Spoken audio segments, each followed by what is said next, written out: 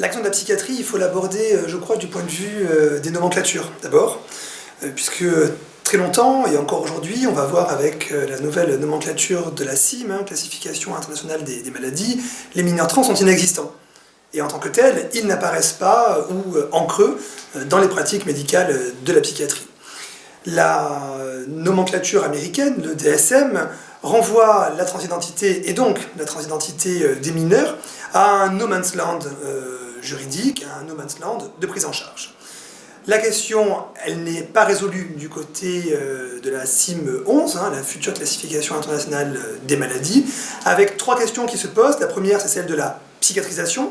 Quel est le rôle de la psychiatrie dans les parcours de transition, peu importe d'ailleurs le type de parcours de transition.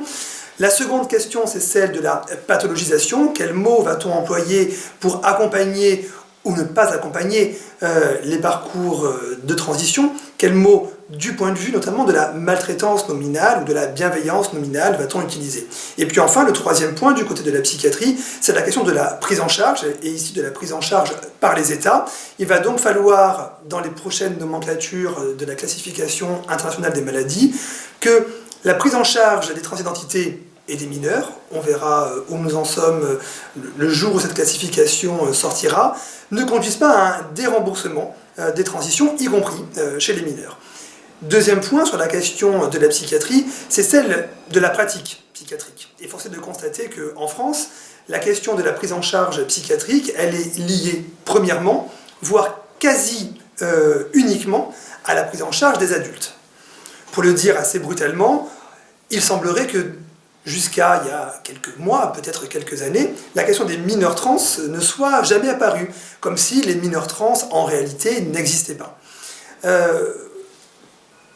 Par le biais, je crois, de modèles étrangers, comme le Canada, comme les Pays-Bas, la psychiatrie française a fini par bouger légèrement sur quelques pratiques concernant les mineurs trans. Du point de vue des protocoles nationaux, des protocoles remboursés, tels que ceux proposés par la SOFEC, Société française d'études et de prise en charge du transsexualisme, on se confronte bien souvent à des prises en charge uniquement psychiatriques, uniquement psychanalytiques, qui renvoient les demandes de transition des mineurs trans au divan, là où les demandes sont plutôt des demandes hormono-chirurgicales ou des demandes d'accompagnement. Et puis enfin, l'action de la psychiatrie, c'est celle de la théorie, et force est de constater que là encore, la France est excessivement en retard sur les théories psychiatriques pour accompagner à la fois les parents, mais aussi les mineurs trans. La question de la pathologisation des mineurs trans et celle de sa psychiatrisation sont intrinsèquement liées. C'est-à-dire que si l'on considère que les trans sont des malades, et si on considère que les mineurs trans sont également des malades, notamment des malades psychiatriques, c'est la psychiatrie qui va venir comme arme au traitement de ces demandes.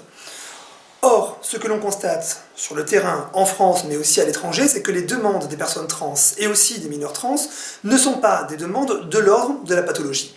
Ce sont des demandes sociales, ce sont des demandes juridiques et ce sont des demandes en termes d'accompagnement global de santé.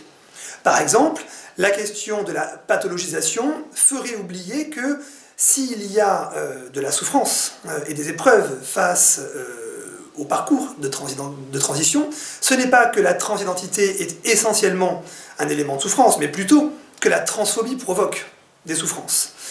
Ce que cela tendrait aussi à annuler, à invisibiliser cette psychiatrisation des parcours et donc la pathologisation par les mots et par les propositions politiques et médicales qui sont fournies en réponse aux demandes de médicalisation des personnes trans, c'est par exemple oublier que la question de la santé n'est pas que la question de la santé psychiatrique, mais aussi la santé globale.